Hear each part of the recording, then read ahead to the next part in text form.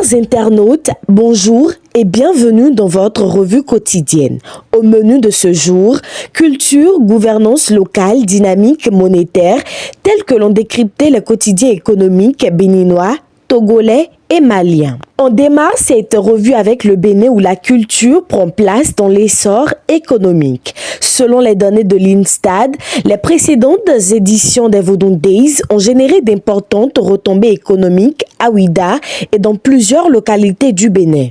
En 3 jours, les secteurs du commerce, de l'hôtellerie, de la restauration, du transport et de l'artisanat ont enregistré des hausses marquées de chiffre d'affaires avec près de 70% des unités économiques concernées. L'événement a également favorisé la création d'emplois et la structuration progressive d'un marché autour du tourisme culturel. Pour la 3e édition, prévue du 8 au 10 janvier, les autorités ambitionnent d'accueillir près d'1 million de visiteurs, faisant des Vodun Days un levier important de dynamisation économique et de rayonnement culturel. À la une de l'Économiste du Bénin ce jour, à quelques jours des élections communales, les partis politiques affinent leur message. Le thème de la gouvernance locale et de la transparence est au cœur des propositions du bloc républicain, de la FCBE et de l'Union progressiste Le Renouveau.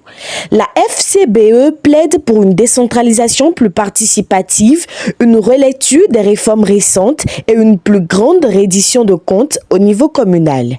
L'Union progressiste Le Renouveau met en avant les réformes engagées, notamment la création des secrétaires exécutifs, l'assainissement des finances locales et une gestion axée sur les résultats.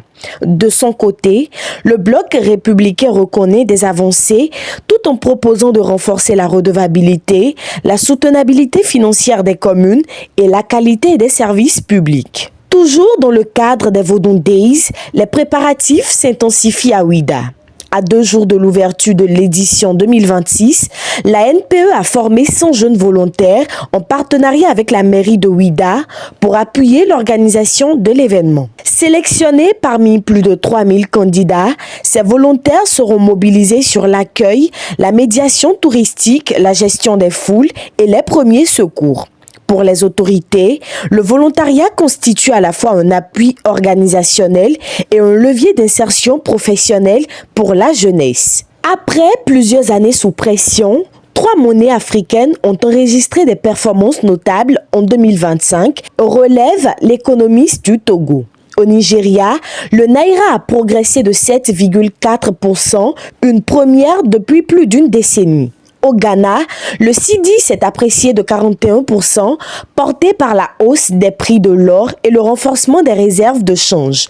En Afrique du Sud, le rand a gagné environ 13%, bénéficiant du recul du dollar et de la hausse des cours de l'or et du platine. Cap maintenant sur Lomé et l'espace UEMOA. Selon le Fonds monétaire international, le Togo et les pays de l'Union affichent une certaine résilience économique malgré un environnement international contraint.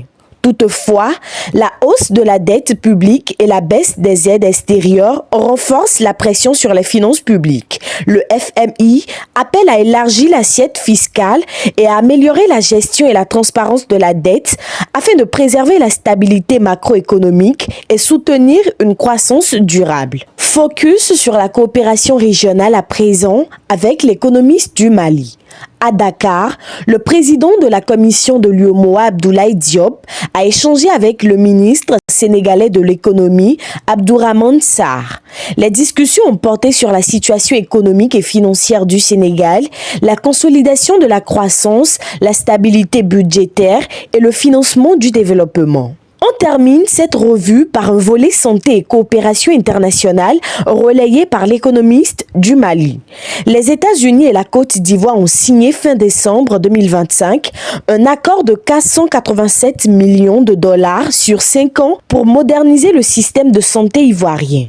Le partenariat vise le renforcement des infrastructures sanitaires, la lutte contre le VIH-Sida, le paludisme et la tuberculose, ainsi que la formation du personnel médical. Cet engagement s'inscrit dans la stratégie américaine America First Global Health et confirme le rôle stratégique de la Côte d'Ivoire en Afrique de l'Ouest.